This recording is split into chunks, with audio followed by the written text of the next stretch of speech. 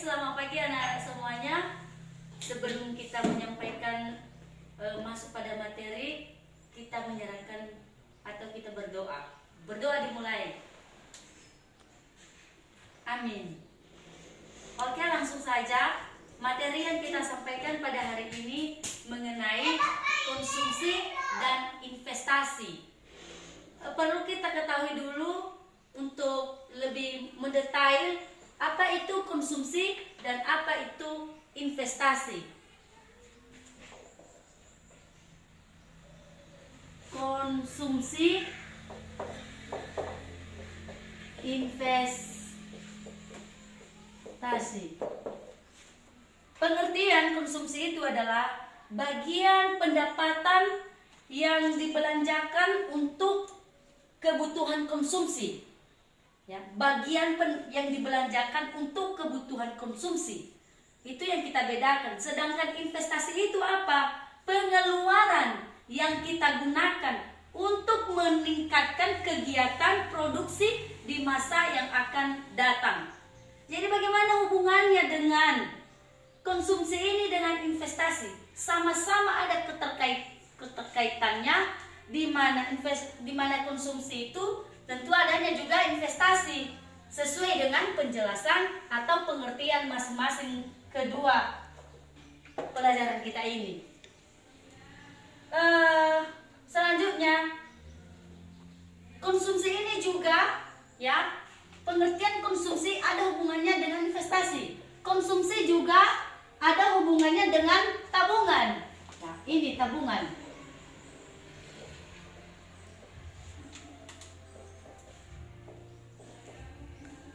Apa itu konsumsi? Pengertian konsumsi mengenai hubungannya dengan tabungan. Nah, satu persatu Ibu menjelaskan pengertian konsumsi mengenai hubungannya ini dengan tabungan, yaitu kegiatan menghasilkan atau mengurangi nilai guna suatu barang. Bagaimana contohnya? Bagaimana contohnya anak-anak untuk lebih dekat, untuk lebih memahami apa itu konsumsi yang berkaitan dengan tabungan, yaitu makan nasi. Ya, bagaimana kalau kita makan nasi? Perlu kita habiskan. Nah, itu yang dinamakan dengan makan nasi. Itu merupakan kegiatan konsumsi karena itu menghasilkan nilai guna, membuat kita ya sehat, kenyang, kuat. Ya, itu yang namanya dengan konsumsi. Fungsi konsumsi ini ada hubungannya dengan tabungan. Nah, sesuai dengan ibu yang jelaskan tadi, bahwa ini berarti menyinggung tentang penghasilan keduanya, karena memang keduanya ini sangat terkait, ada hubungannya sangat besar, di mana konsumsi ini diartikan sebagai kegiatan penggunaan barang dan jasa dalam rumah tangga. Apa tujuannya? Yaitu memenuhi kebutuhan sehari-hari dari penghasilan yang kita dapatkan. Bagaimana itu tabungan? Ya, tabungan itu artinya tidak jauh berbeda dari konsumsi, yang dimana berasal dari penghasilan.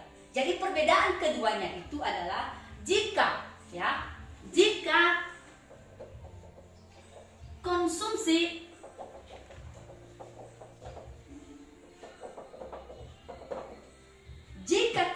adalah penghasilan yang dikeluarkan, otomatis tabungan itu dikatakan penghasilan yang disimpan.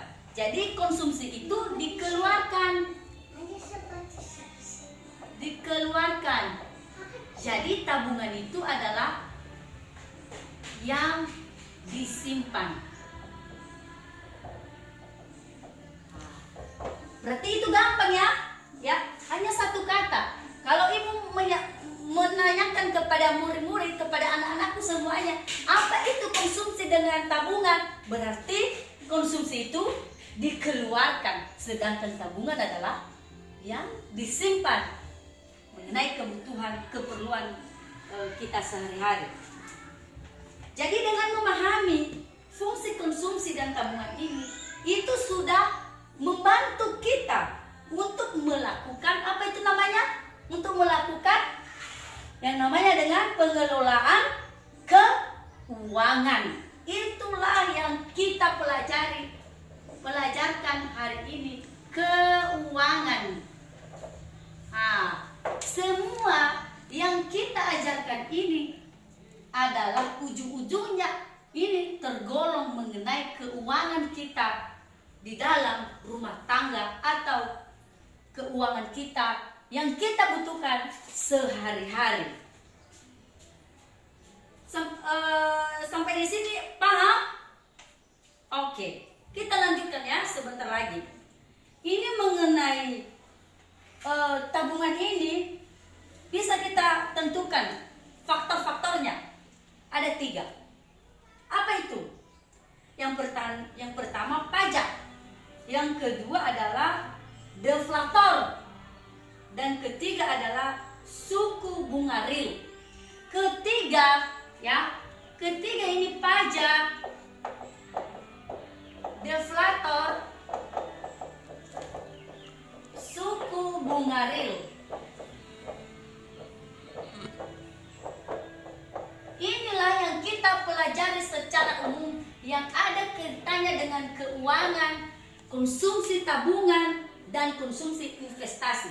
Ini adalah yang kita pelajari atau rumus dari yang memperhitungkan kebutuhan kita yang kita gunakan setiap hari. Inilah rumusnya. Ya, inilah faktornya. Adanya pajak, adanya deflator, dan adanya suku bunga real. Jadi satu persatu Ibu jelaskan kepada kita semua ya. Dengarkan baik-baik ya. Nanti Ibu memberikan tugas, Ibu bertanya, harus bisa dijawab. Oke.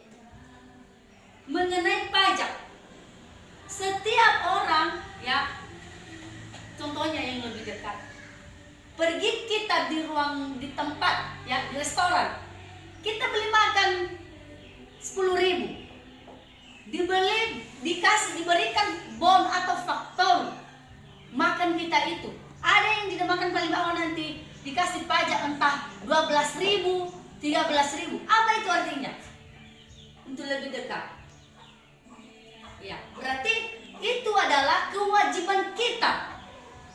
Ya, yang harus kita bayar pajak itu ya, untuk memenuhi, untuk memberikan penambahan keuangan yang kita turuti peraturan dari pemerintah. Itu yang namanya dengan pajak. Yang kedua mengenai deflator. Ini deflator ini adalah dalam bahasa Inggris. Yang sebenarnya ini adalah rasio ya. Rasio antara real dengan nominal. Ini deflator ini rasio antara real dengan nominal. Deflator ini menunjukkan ya, coba dengarkan baik-baik ya. Deflator ini menunjukkan besarnya perubahan harga dari semua barang atau barang produksi lokal, barang jadi dan jasa. Rumus, ini ya rumus kalau Ibu menanyakan nanti pada ujian semester, apa rumus faktor perekonomian Indonesia yang berhubungan dengan konsumsi dan tabungan? Ada 3 ya, ini nanti ya dijelaskan. Ya, rumus ini adalah, dengarkan ya, rumus deflator PDB nominal per PDB real kali 100. Ya, ini berapa nanti kalau ditunjukkan dalam soal, ada nanti nilai ya. Ada nilai PDB deflator, nilai nominal, dan ada juga nilai PDB real ya, dibagi dan dikalikan 100. Itulah hasilnya nanti. Terakhir, suku bunga ini kita artikan adalah tingkat bunga yang yang diterima oleh investor, penabung atau pemberi pinjaman setelah inflasi. Oke? Sampai di sini dulu materi yang Ibu sampaikan. Dan bila ada anak-anak kami yang mau bertanya kurang jelas, Ibu persilakan. Oke? Kalau tidak ada sampai di sini yang Ibu sampaikan, ya, saya berharap semua siswa-siswa di sini di kelas ini harus bisa nanti pada ujian menjawab pertanyaan, dan tidak ada yang mau. Ibu mohon jangan ada yang tidak mengerjakan soal sebanyak 5 butir, ya. Dan sebelum Ibu tutup, mari kita absenkan dulu siapa yang hadir di kelas ini. Fania,